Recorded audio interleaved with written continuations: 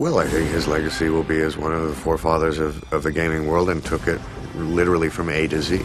I mean, I don't think it can be understated what Metal Gear's done for pop culture, for gaming. Metal Gear really took these really difficult concepts and kind of made them easy to digest in a fun video game. I'm eternally grateful for the opportunity to have been a part of the Metal Gear Solid series. What I expect from Kojima is to have a vision and to do whatever it takes to deliver on that vision. This franchise has informed so much about not only the kind of game that we make, but the way that we make a game. Only a game with this kind of legacy can afford this excellence.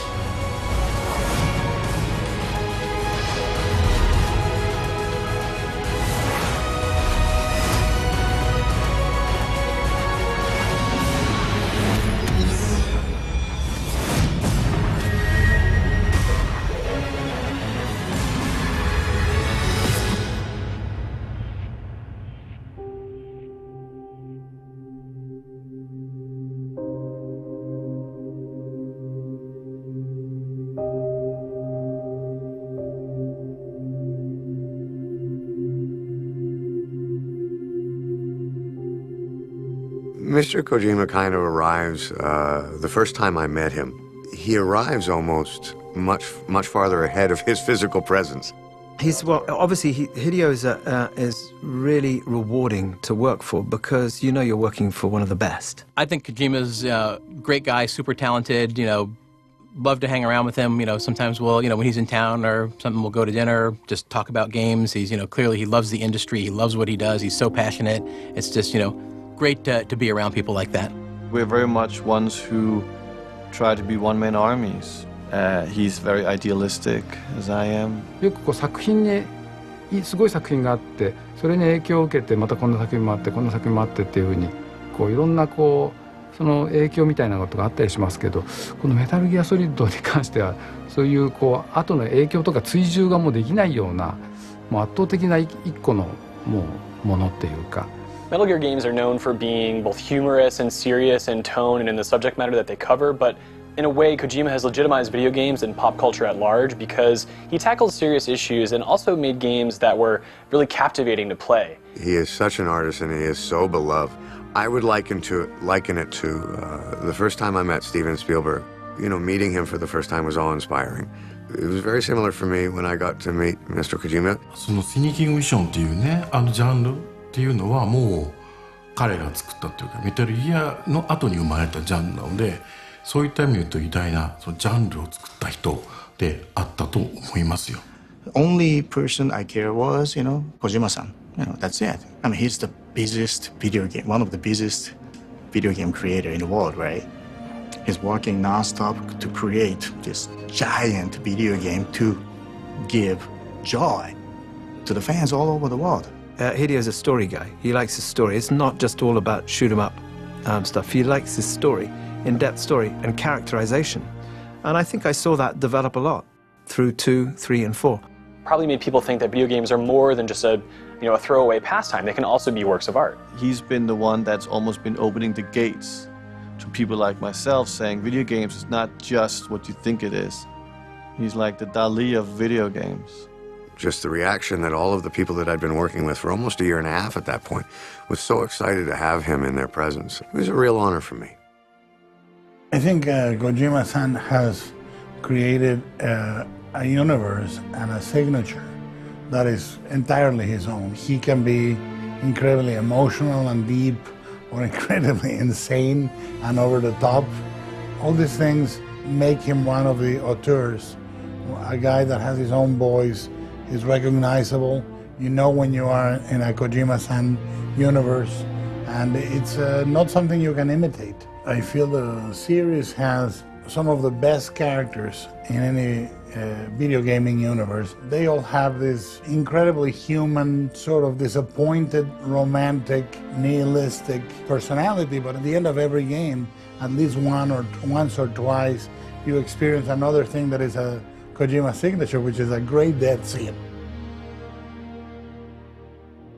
One of the most memorable moments in Metal Gear Solid 4, where Snake is crawling and is dying, and at the same time you have this sort of cinematic moment above him where you are combining the gameplay and sort of a free flow reflection about life and characters that were significant to you.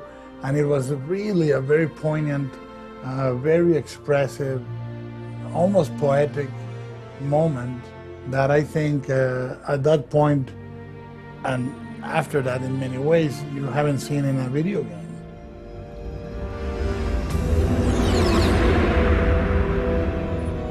The nuclear weapons disposal facility on Shadow Moses Island in Alaska's Fox Archipelago was attacked and captured by Next Generation Special Forces, being led by members of Foxhound. My first exposure to Metal Gear was, of course, PlayStation. For me, it was a revolution. First time I remember playing Metal Gear is on the PlayStation. E3 in 1997 when the first Metal Gear Solid was coming out. I must have put about 15 hours minimum into that demo. Metal Gear Solid arrived around the time that 3D graphics were starting to become a thing for console games, and for me playing that for the first time and seeing Snake infiltrate underwater, it was really special because the way Kojima used cameras to sort of create a cinematic feel for the game. Dealing with emotions I had never seen from a video game before. Well, you know, sitting there over Sniper Wolf's body, us two high school boys sitting there like, oh, it's okay. Don't worry about it. We're gonna be okay. You're a hero. Please, set me free. I have two young stepsons, and they were huge fans of that game. And it was something that I became aware of because I used to have to try and drag them away from the TV if it was dinner or something like that. Some other type of game, just run in, start, shooting people, it's just, no. I spent hours on a scene finally, realizing, okay, look, this, you got to attack this like you would in normal life, and that's what made it great. That iconic sound when you first get caught, when you're trying to stealth, and that that sound and the exclamation point, it's just one of those things that kind of stands out in your memory. So that's one of my earliest kind of iconic memories of Metal Gear. I think Metal Gear has influenced the game industry in a lot of ways, and one of the key ways is to have game designers think about their game from a filmic angle. That's not to say games need to be movies, because the games and movies are very different mediums, but if you can view your game through the lens of what would this look like if a cinematographer were working on it, what if you had a AAA type of composer that plays the right music right when you're going to fight the last boss. Just knowing all the technology that goes into it. I mean, I can take a camera and put it somewhere with two people. He has a whole force of programmers after that has to basically go from his commands to putting it together. But that mindset must be very fascinating, the understanding of what is doable. What? My hand! This one hit me like you can still play. It doesn't take you away from the game, but you're following the story. I played it multiple times on PlayStation, and then with MGS 2 as well.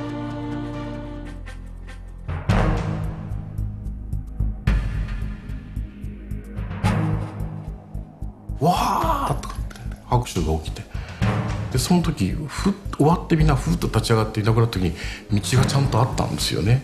One day, a package arrived in my studio. I was busy trying to be a film composer. It was early days for me. The CD had on it examples of my music from The Replacement Killers, and actually music I'd contributed to Armageddon, Enemy of the State, a few action films. And the letter simply said, "This is how I want my game to sound. Are you interested?" And you know what? Flattery will get you everywhere. Yes, was the answer.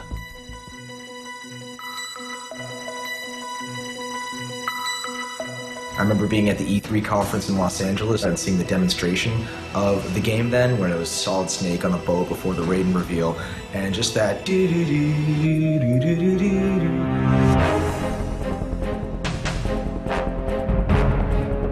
It is still, in my opinion, one of the top 3 video game scores of all time. It was for Sons of Liberty. He wanted to do like a big title sequence, a completely animated title sequence, and not just cutting together game footage, but creating a lot of new content. I remember the idea of like this sort of double helix of DNA, the shapes of the scales of the snake skin, and trying to find these sort of symbolic juxtapositions in the opening credits. I remember going and visiting him in Tokyo after Metal Gear Solid 2 had shipped. And the office is dark. There's only one light on. It's Kojima in the corner. Everybody's on vacation, and he's sitting there planning out the story and the scenarios for the sequels.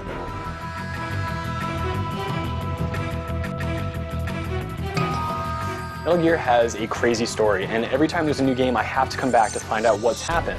Every game jumps around maybe 10, 15 years, and it's always a chunk of time you're missing. So when a game comes back and is sort of talking about that missing part of the timeline, it's impossible for me to resist. If Hideo, as he asked you to do Metal Gear Solid 3, because we hear there's gonna be one. So, you know, we did this thing on an oil tanker, we did this Metal Gear Solid 2 thing, and, you know, go set it in the jungle or something, I might consider it. Hey, he set it in a jungle.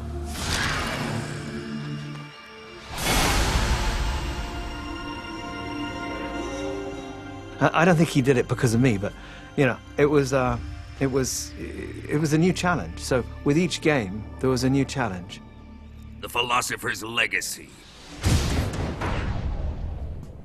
Really, when I started seeing how he, story-wise, used his camera to really make it like a compelling structure, how he would cut it, how he would move the camera, the subjectiveness, the excitement, the way of using music. What a fear in my heart, but you're so supreme. I give my life, not for honor, but for you. How well do you have to know me to trust me? スネークイーターのずーっと上がっていくところ、あそこはずっと上がっていくところでベタな演出だなと思って、もうこんな演出しちゃってって思ってるんだけど、でもずっと上がって聞こえてくるうちに気がつくと泣いてたの。I'm still in a dream, snake eater. But I don't know why, but I was crying. I'm still in a dream, snake eater.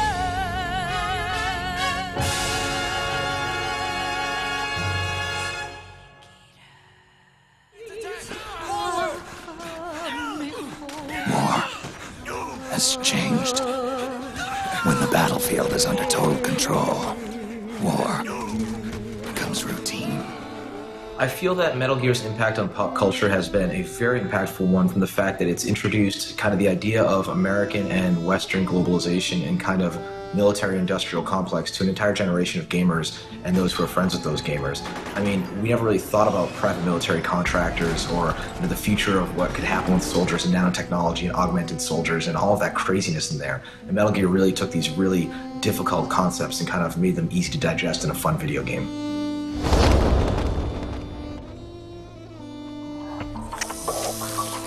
Yet again, our paths cross. そのバンプっていうのがなんかその役にですね非常に似ててですね、なんかもしかしたらバンプっていうのはその鉄道のそのやつっていう役をイメージされて作ったのかなってちょっと思うぐらいちょっと似てるとこがあったので、かなり感情移入してそのバンプの役はできたんですね。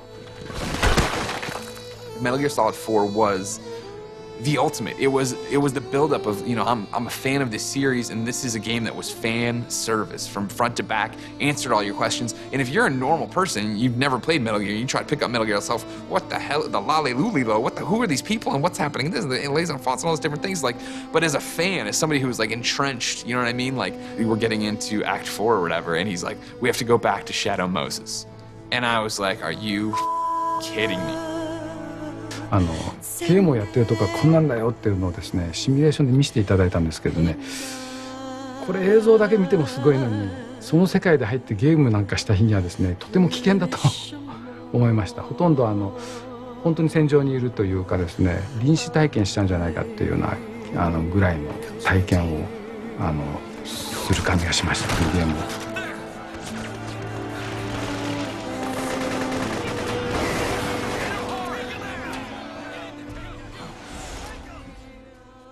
If it becomes a big franchise, big hit series, it's much easier to go the safe highway, right? You don't want to go to the dirt road, and you never know, what's waiting there. So, but Kojima-san seems like he's never afraid of that, and that's big credit as a creator, artist. By the way, Snake, We're changing your code name for all following communication. What's wrong with Snake? Just a precaution. You are now designated Raiden. I played the demo for Metal Gear Solid 2 like a lot of people did, and you went through the tanker mission and it was great. And so, you know, it's kind of a long prologue, and so when the credits started coming up and you actually start to play what you're thinking is a real game, I just kind of rolled with it. You know, it was kind of cool because you're like, oh, great, this is like such a new experience from the demo. It's a totally new character. That's great. The name of their leader is Solid Snake. The hero of Shadow Moses? So that's why you changed my code name. It was a huge deal to play as Raiden. Are you kidding me? Because for me, it was like that first like 15 minutes of like, all right, when's the other shoe gonna drop? When am I coming back as Solid Snake? Oh, okay, it's an hour in. When's it gonna happen? 2 hours in, 3 hours, and then you're like, holy crap, this is the game. As cool of a character as Raiden is to me, it's always been Snake. And it sort of starts to dawn on you that like, wow, this is not going back. You even meet Snake through sort of the alias that he uses, and you kind of realize, okay, I'm not gonna play him. だからライデンっていうのを聞いた時に、ああ、なんでこんな髪の長いやつがとかって思ったんだけど。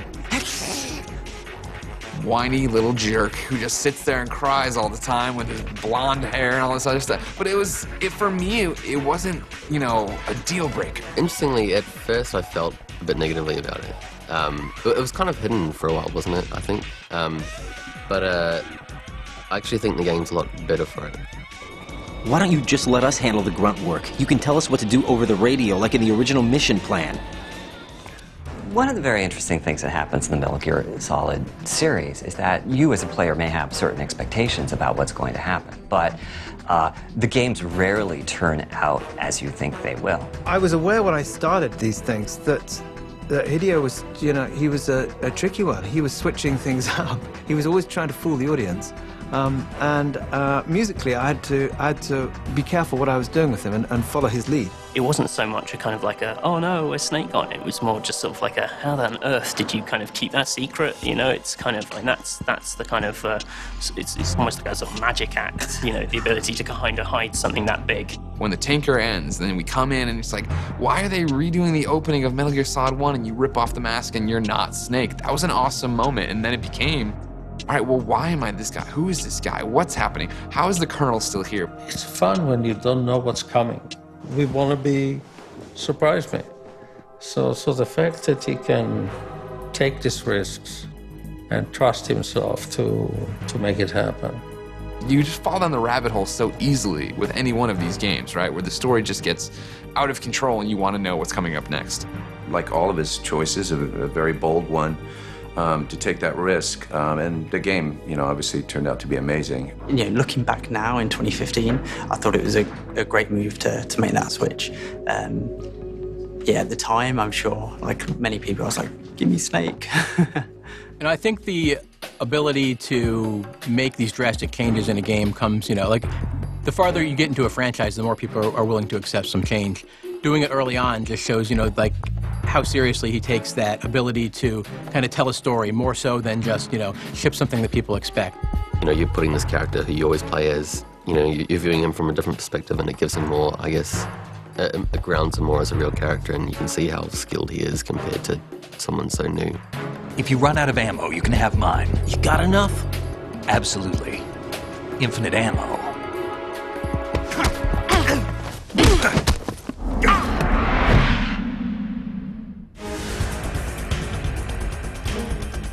The boss scenes were just nuts. It's so tough to pick like a single boss from the series. They all stand out. I want to give shout outs to, I think, Psycho Mantis, obviously. That's the one I guess most people will go to straight away. It's got to be between, in terms of the mechanics, it's got to either be between Psycho Mantis or the end. And the way that you can beat him by messing with your PS2 clock. I mean, when I fought him, it was this incredibly long, drawn-out thing. I was really bad, like I couldn't find him. Any time I did kind of finally catch a glimpse of him, I'd get too excited and mess it up and have to go and find him again.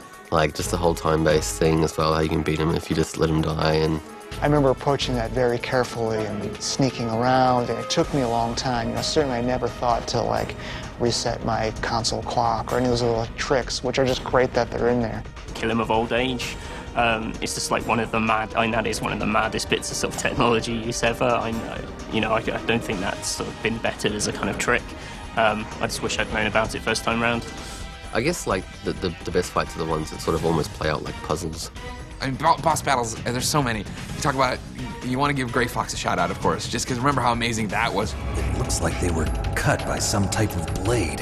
Because this just ghost is going through, tearing people in half. The one guy's like crawling out at the end of it. And then you get to that fight with him, and like, that was so terrifying of him popping up over there, and you're trying to figure out how to get him. But then to jump forward and then have Raiden pick up that image, and then have in Metal Gear Solid 4, he gets stomped by Ray or whatever, but then you get to pilot Rex, and it's a Rex-Ray fight. I was like, holy crap, is this good? It's not over. Not yet. Originally fighting the Rex, something like that, just, that first time you do it, it's just like, so impressive, and then, just kind of blows you away. Snake, your blood will be the first to be spilled by this glorious new weapon. The sorrow as well, I think is really clever, given that it all depends on how many people you've killed up until that point. Pretty much any confrontation with Ocelot, but maybe that's just because I like those confrontations. It's just you and me. No one to get in our way. Ocelots are proud creatures. They prefer to hunt alone. I think my favorite boss battle, and I'm probably not alone in this, is like the 15-minute epic long battle scene between Snake and Liquid that just goes on and on and on and on forever. It's got this beautiful, like John Woo-esque, amazing fight choreography and the back and forth between, stabbing each other with the pens. We are beasts created by man. Life's end. Isn't it beautiful? It's almost tragic. If I had to pick one boss above all others, it would be the boss from the end of MGS 3. Not just because the fight that you have, I mean, that alone is amazing. The CQC fight is really memorable, but just the meaning that's layered on top of it. Like, this was your mentor. She was everything in that story. I raised you. I loved you. There is nothing more for me to give you. All that's left for you to take is my life. Snake will, as best as he can, kind of develop some kind of affection for a character. And then he will either have to kill them or watch them die. It was heartbreaking to play that and, see it through to its conclusion, because I didn't want to go the way that it did. It was inevitable. I knew it had to be done, but I was kind of torn up inside when I was doing it, knowing that, the outcome was kind of inevitable. There's only room for one boss and one Snake.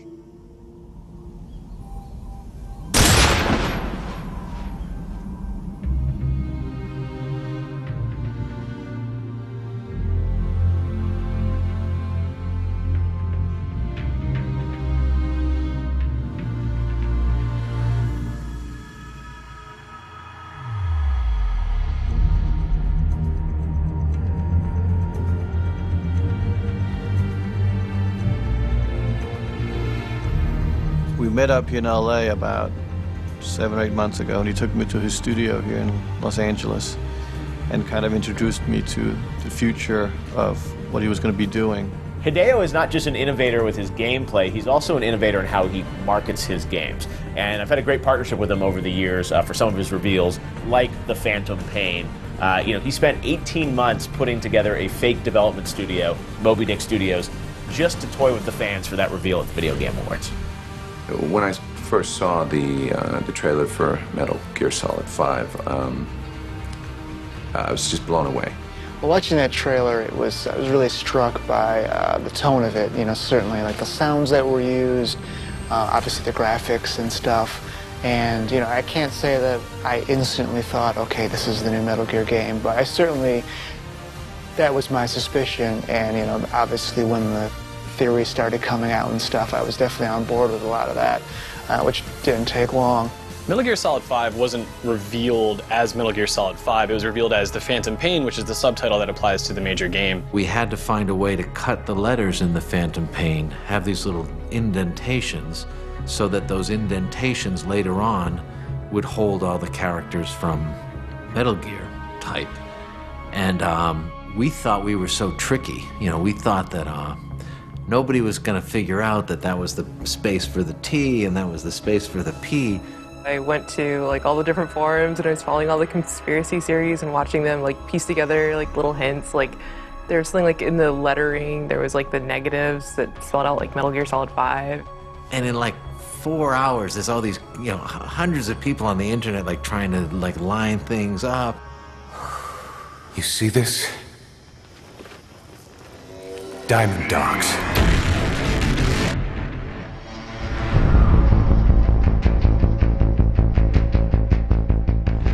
Metal Gear Solid 5, no trace of my theme. Hideo wanted to go that way, which is cool. Enough's enough, you know? 2, 3, 4, we lent on that theme, we mangled it, we did this with it, we did that with it. People were dying to it, people were being born to it, people were being murdered to it, people were being shot up to it.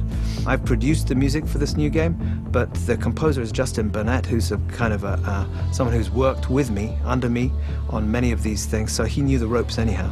And it's going to be really super cool. I think the fans are going to be really happy about it.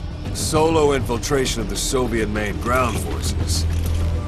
Should be the perfect one. How big is this game going to be? You know what I mean? Like, Metal Gears are linear. We know, you know what I mean? I'm on Shadow Moses. I'm in Metal Gear Solid 4. I'm sneaking around this like destroyed area, but there's a point A to point B kind of thing. And when they pull back and they show the map for the first time, and it's like, go anywhere. Do whatever you want. Like, there's guys everywhere. You can Fulton them out. You can go do this. It's like, what the hell is happening? Like, how did they take what I love about Metal Gear and put it into an open world? Well, for me, the Phantom Pain and that whole character of Snake is one of the prime examples of using what I come from, which is storytelling from a movie perspective, combined with an interactive perspective. I'd say what brings me back for each new installment of Metal Gear is first off to see how crazy it's going to get, and second off to see how Kojima's going to top himself and how he's going to pick up where he left off, because each game feels like it could be almost its own chapter, like he's wrapping it up, but then there's always another story to tell in the series, it seems. Knowing that his vision is to make this open world, or at least open area, where you can kind of explore more, and I know that that's going to be his focus, and he's going to put emphasis on making sure it's good. So I'm 100% bought in. I can't wait. I was more fascinated by his idea that he was actually very consciously forcing you to make choices through the story. All I would say is it's important that people revisit Ground Zeroes again just before the Phantom Pain comes out. They may have played it last year and played it extensively, but I think it's going to be quite key to dive back in the weeks or a month before the final game comes out and really rinse it once more. You know, it's Kojima's last Metal Gear, right? So it's kind of like letting the players loose, sort of thing. When I sat down to play Ground Zeroes, I think the first reaction was just my pride and how much it hurt. You know what I mean? Like, it's not as easy as it was where I could walk somebody through Metal Gear Solid 2 on the phone. Now it's like, you know where those guys are going to be and what they're doing, but you might make a noise here, you might hit a pot over there, this is going to happen. Like, you open a door too loud. There's all these little things that it's like, okay, it really is the next level of Metal Gear, and what do I do with that? When you have so many mechanics to play with and you have control over things like a day-night cycle, which can totally impact the way you approach a mission. For me personally, I think for fans it's really exciting, but I think it's also going to impress people who maybe weren't fans of Metal Gear in the past, because it's not so focused on sticking to the tropes and the cliches that Metal Gear is known for. It really breaks out of the box and does something totally new. The small details that he really cares about, which, like myself, that's what makes the big difference. I mean, if you're shooting a movie in a house, you spend a lot of time on curtains because curtains are the last details. For him, it's like, how does the horse eyes blink? It's like things like that which shows dedication. And my God, you can't take away that from anyone.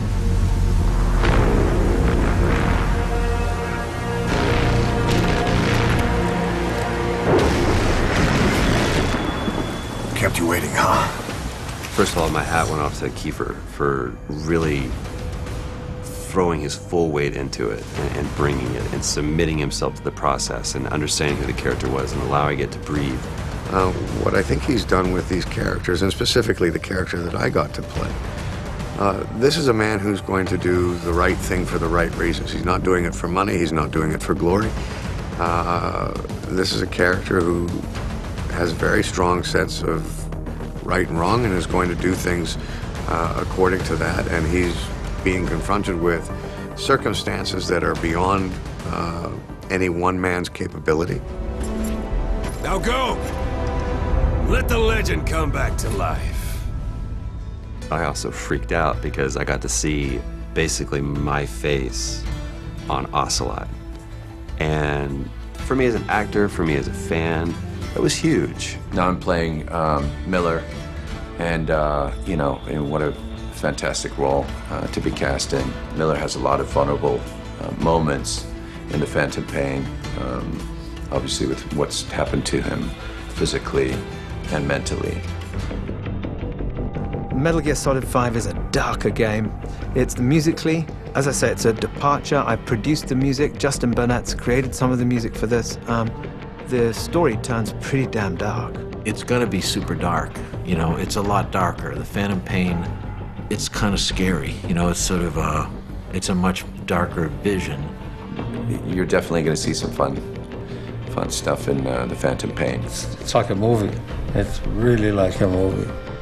One of the interesting things about Kojima, which I very much related to, is that we're both very family men. You know, we live very mundane lives with our children and our wives. We don't have a very exciting, everyday spectaculars, but our imagination and fantasies, you know, travel where no man has gone before. I guess the legacy would be like continually subverted people's expectations in a good way. As I've seen Metal Gear Solid 5, people better watch out because that's going to do something different again. I think Hideo Kojima and Metal Gear have influenced other creators to experiment more and try things that are outside of the box. If creators, you know, chase a vision that they really believe in, that will resonate with fans and it'll be evident in the final product. Well, I mean, a lot of people think of Kojima as the Metal Gear Solid guy, but in fact, he's a lot broader than that. もうこのメタルギアソリッドそのものが一つのもう文化というか、でっかい塊で影響することさえも許されないような、圧倒的な塊って感じがするんですけどね。ですからもうそれ一つがもう一つの大きな世界で、みんなそれにびっくりしてるという、もうキングダム状態かなっていう気がしますけどね。The body of Metal Gear work, the art of Metal Gear is very impressive to me, and what Hideo Kojima has dedicated his life to, it's kind of a noble thing.